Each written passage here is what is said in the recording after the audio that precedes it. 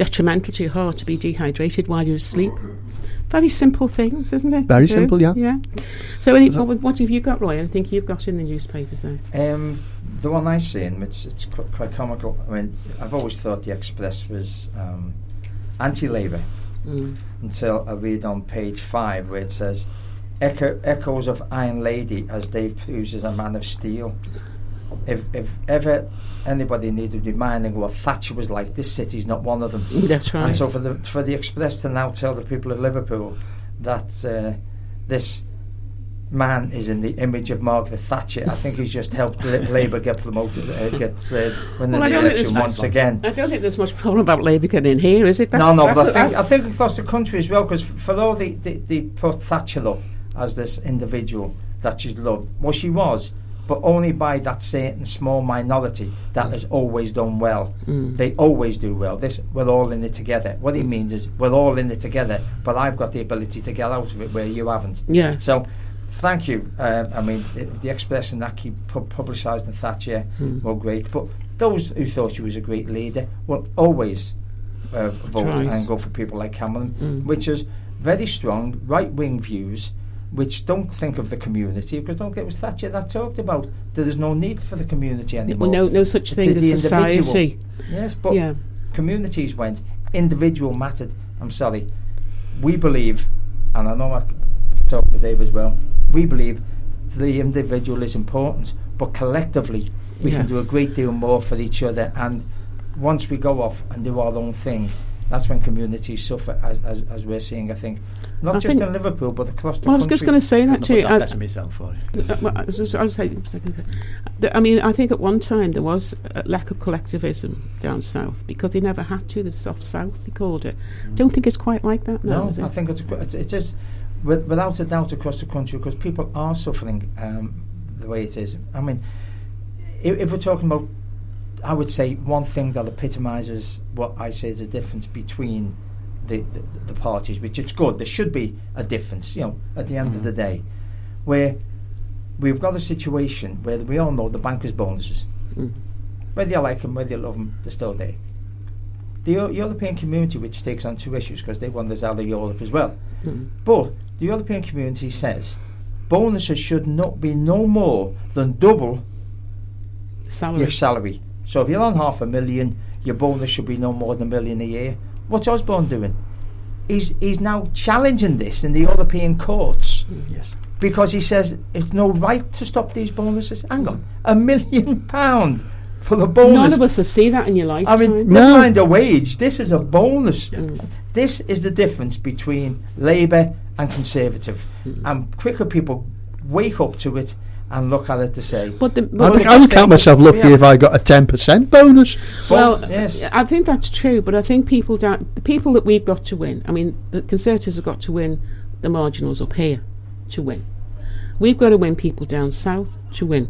So you can't discount their views. I wasn't discounting them. No, not saying you. I think generally the Labour Party, and that's of course where the Blairism came in, wasn't it? That's what he addressed, was the concerns of the soft south. That's why they got in. Because he could say to you, well, I don't disagree with capitalism and I understand the need for investment in the country, therefore we shouldn't undermine business. So he didn't frighten the horses, did he? Which the likes of, Michael Foot may have been a great leader for us. It was more acceptable to that, and that's why it swept in the south, not to mention the fact that the Tories were discredited. But aside from that, that was, whether you agree with this or not, it worked from that point of view. The only reason I'd partially disagree with that, and it's what Dave said before, I believe out there there's still a great deal more good people than bad. I believe what we have out there is people who still care.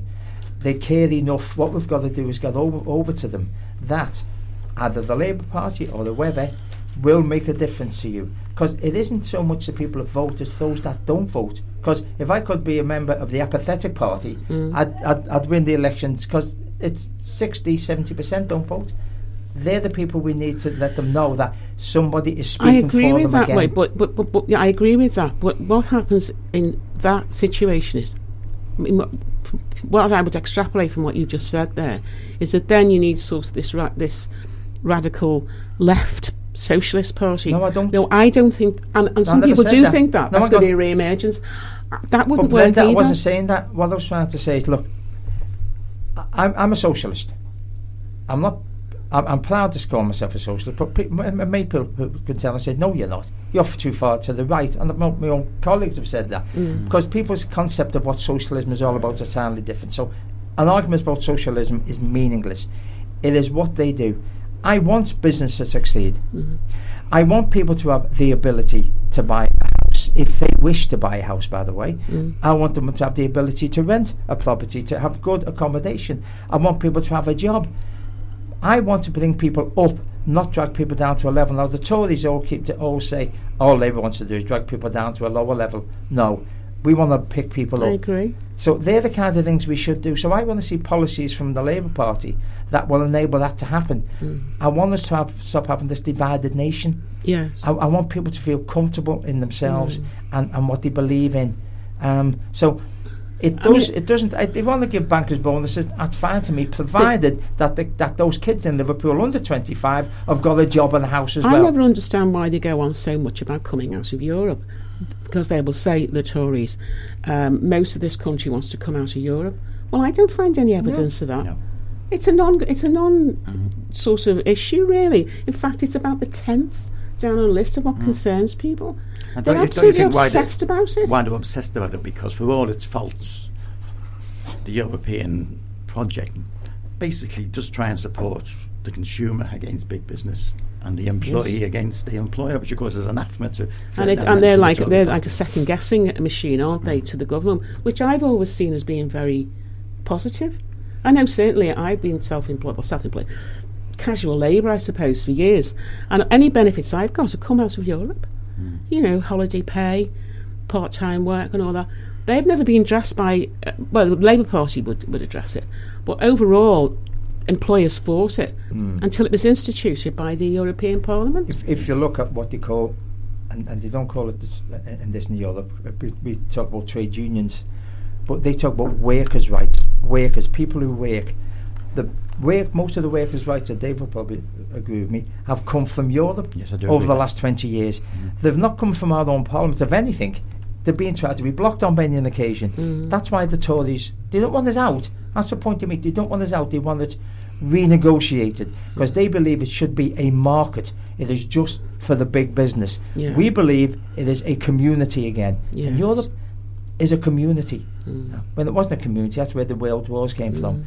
We've got to sit and talk together and work together as a much larger community. Yeah. That's why, as Dave said, there's problems with Europe, but it's much better. Hence the reason why the Tories. We had Teresa Griffin in, who hopefully might be the MEP next time when it comes up.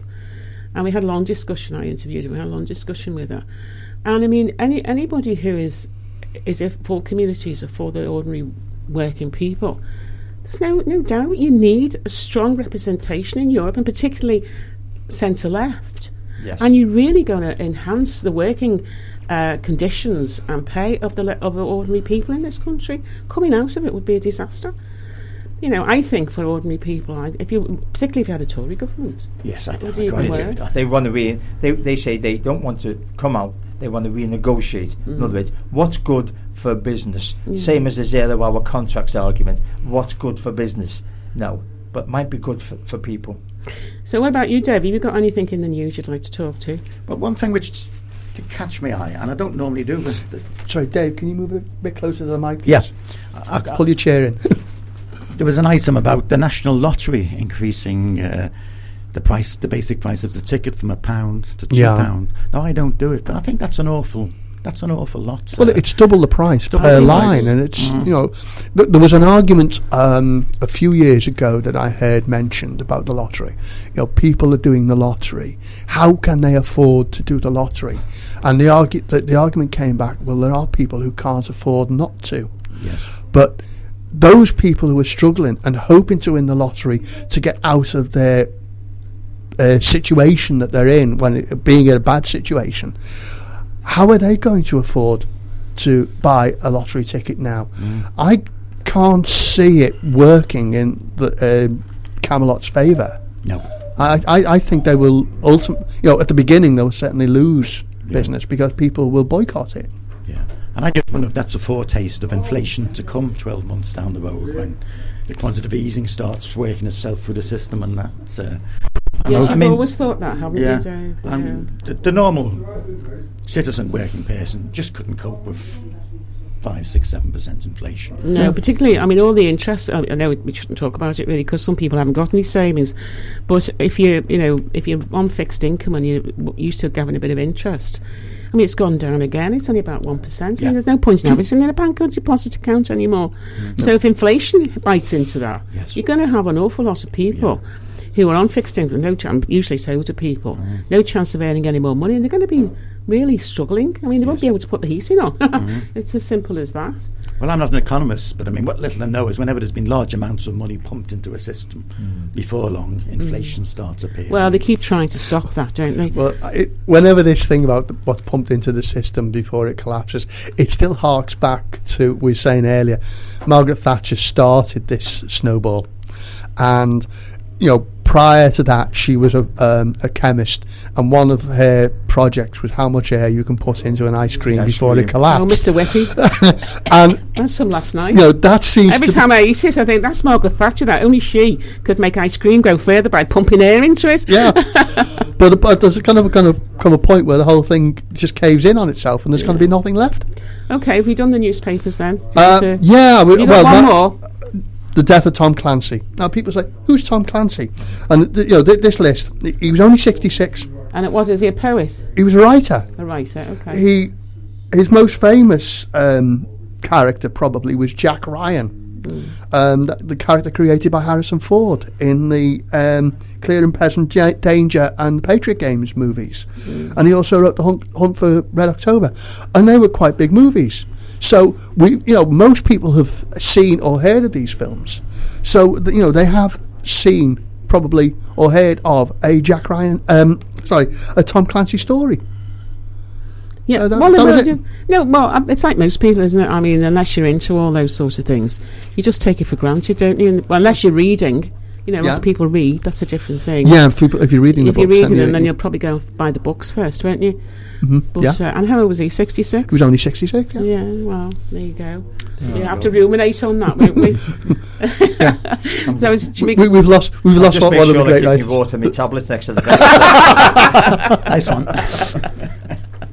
Yes. So, thanks for doing that. So, should we have the end of the newspaper? Yeah, we'll play that, and then we'll get back on to our proper interviews. Yeah. Okay.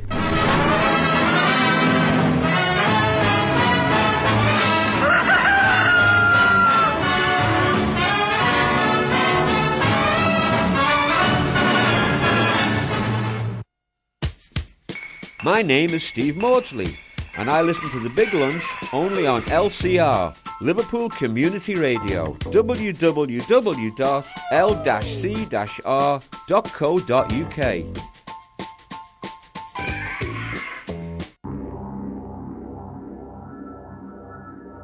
Shh! The secret's out. LCR, Liverpool Community Radio. Join the radio revolution only at www.l-c-r.co.uk. Shh.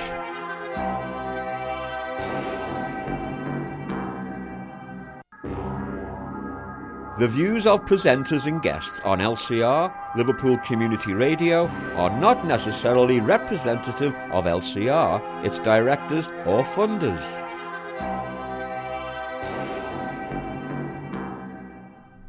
Welcome back to Liverpool Community Radio with Dave and Brenda McGrath.